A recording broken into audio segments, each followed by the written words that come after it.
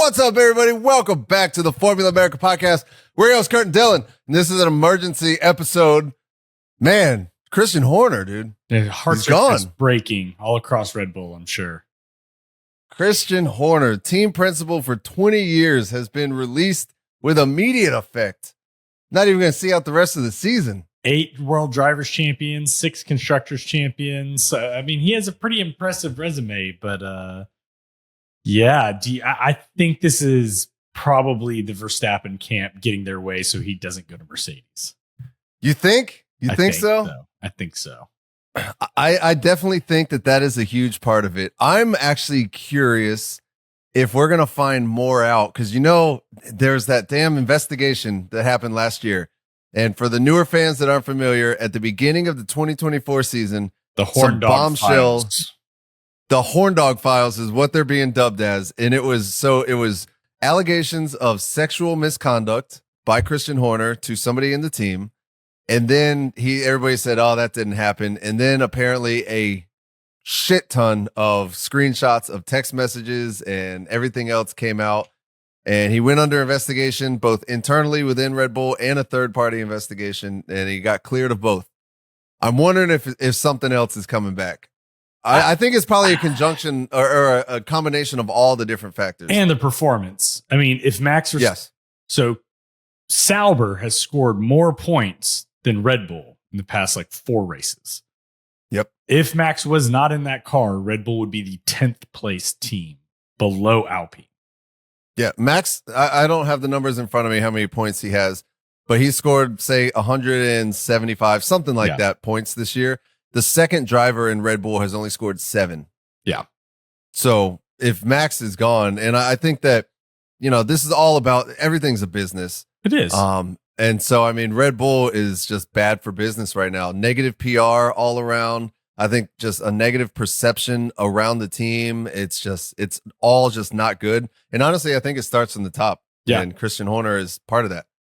And he's, I've never been bashful to say he's not my favorite person, not my favorite team principal. He's just not someone I've ever been a really big fan of. But I've always been a Red Bull fan. It's definitely a positive light as a Red Bull fan that he's leaving. Although Laurent Mecchi, we'll get into him. But it'll be interesting. I definitely think this was a good PR move by Red Bull as it stands today.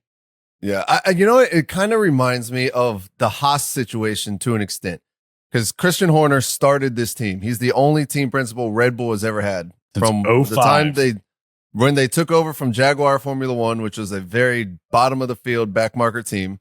Christian Horner came in. He brought this team up, like you said, 8 drivers championships, 6 constructors, 124 wins. He's done a lot.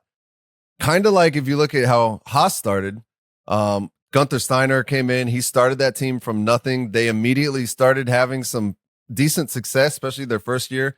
But it got to a point where it was time for him to leave. Yep. And I know this is much different. Christian Horner's been here for 20 years. Haas has been around since 2016, I think.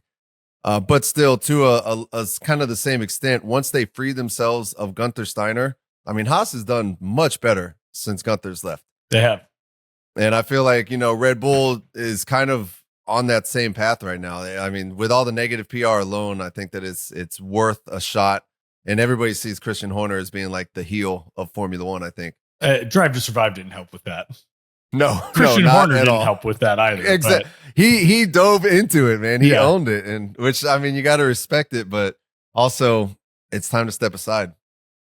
Yeah, it is. Red Bull's been having a rough go of it for a while, and I'm willing to bet Max probably with all the Mercedes stuff, this was probably a strategy call from what is the Red Bull owner's name? Not Dimitri. The Thai side or the other side? No, the Austrian side. Yeah, I forget who took over. I can see his name.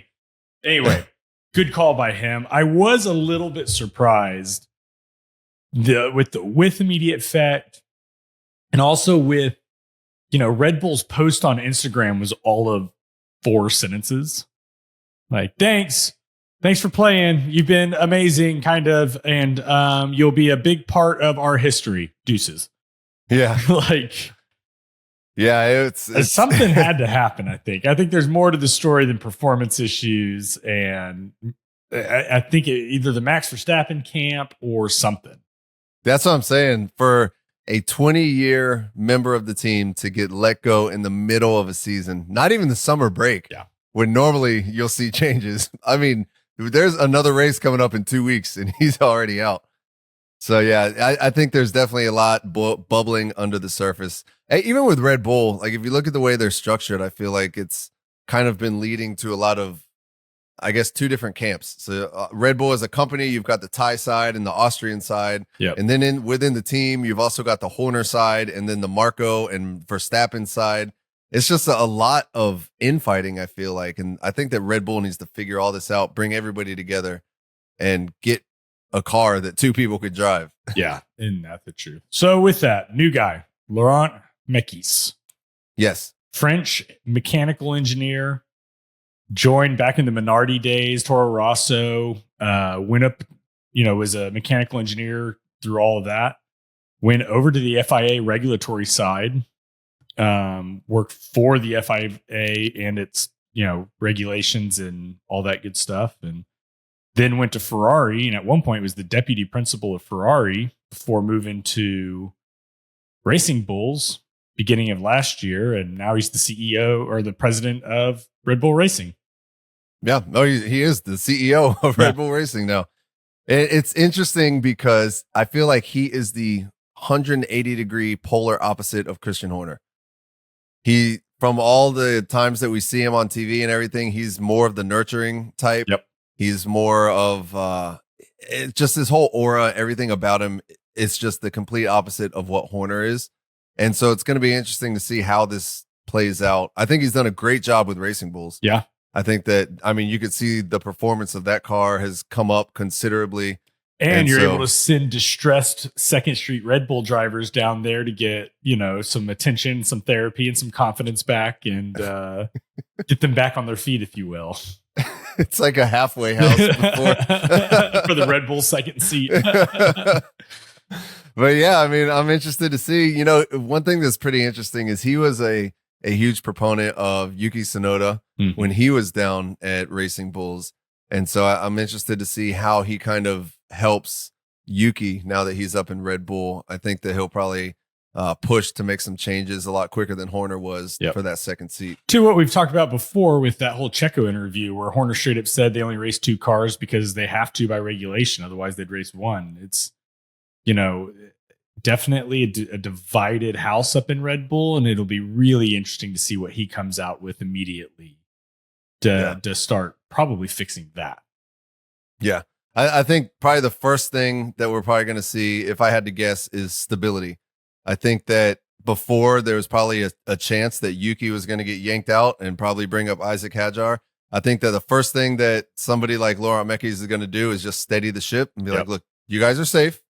Let's figure out our problems underneath the surface first. And you could say that he needs to fix his fucking car. Toto was right this whole time. I have it printed out.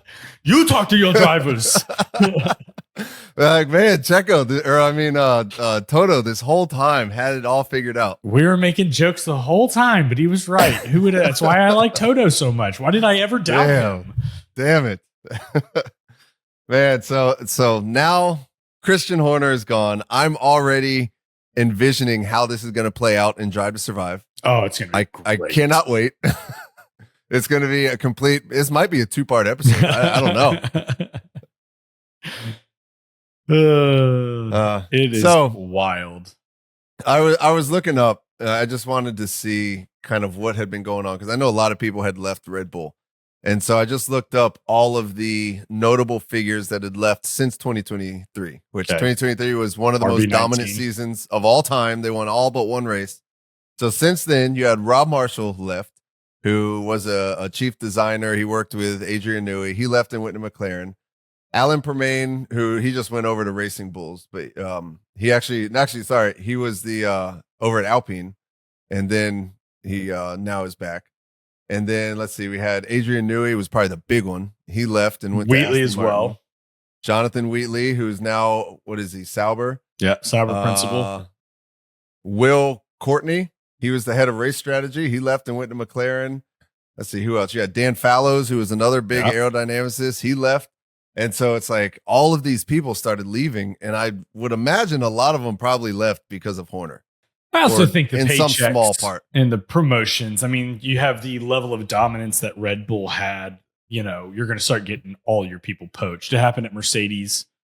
True. You know, as soon as you get up there and, you know, Adrian Newey's like, yeah, I'll take a $300 million paycheck to go do whatever the hell I want and right down the road. Sure. Yeah. Jonathan Wheatley gets to go be a team principal. I mean, I think there's so many things that go into that. It'll be interesting to hear now that Horner's gone. If some people are like, yeah, screw that dude. Yeah. You know, what's also interesting is a lot of the rumors came out that the person that Christian Horner was making these inappropriate conversations and everything with was Adrian Newey's assistant. Unconfirmed, but that was like, people were saying that's why I knew he left. So we'll see. But I have a question for you. Ooh. What's next for Christian Horner? Is he done Ginger with Formula Spice? One? He's gonna make his way through the Spice Girls now.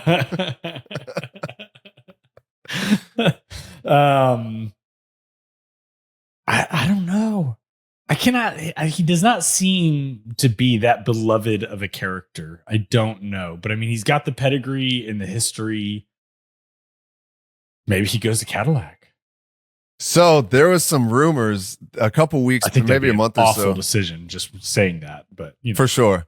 There's some rumors. There was rumors about a month or so ago, and I didn't pay it any mind. But now I'm thinking, and they're speculating that Christian Horner was spending time in the Alpine motorhome or whatever. And they're like, could this signify a move? And now this is happening. Could you imagine? You've got Christian Horner, who's like the black sheep team principal. You've got Flavio Briatore, who's like the biggest black sheep in all of Formula One. If they joined forces, they could just become this like rogue establishment F1 team. The Sith. This is how the Sith actually gets started.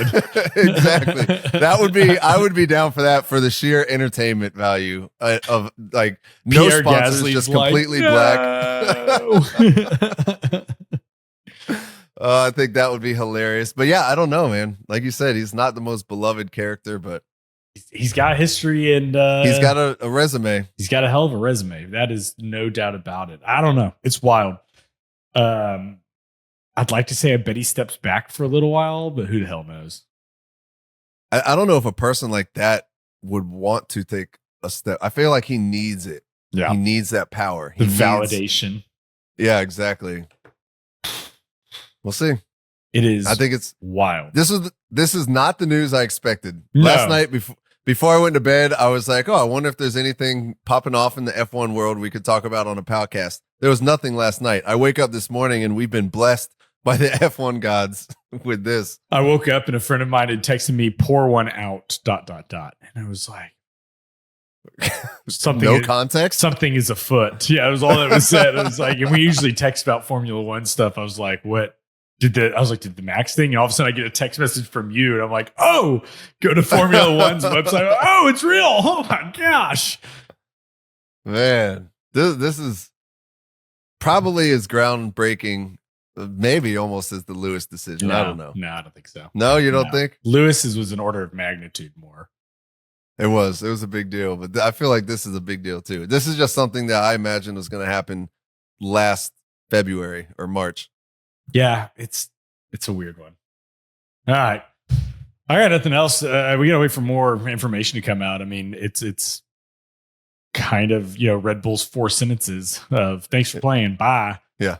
It's very, very fresh. So as more comes out, we will update everyone, but that's, I think that's it. This is, I still don't even know what to say. No, I don't either. Adios, Christian. Anyway, moving on. Moving on. All right. Well, is there anything else that you would like to say, Dylan? I am looking forward to hearing Laurent Meki's kind of first releases and whatnot, what he says. I think that's the thing I'm looking forward to now. I am too. I'm excited to see what happens in the next race in Spa. So, and will Helmut Marko still be there? How long is Helmut's tenure? I think that I think Helmut Marko needs to step back. Yeah, I think so too. I think a lot of people have seen that for a long time. So I would imagine that since Red Bull is getting rid of Horner, they're probably like, hey, take a step back, old guy. Like, just sit down. Keep the racial slurs to a minimum, please. Yeah. All right. Well, on that note, I think that's it. So, all right. Well, on that note, stay classy, America. We'll see you next time.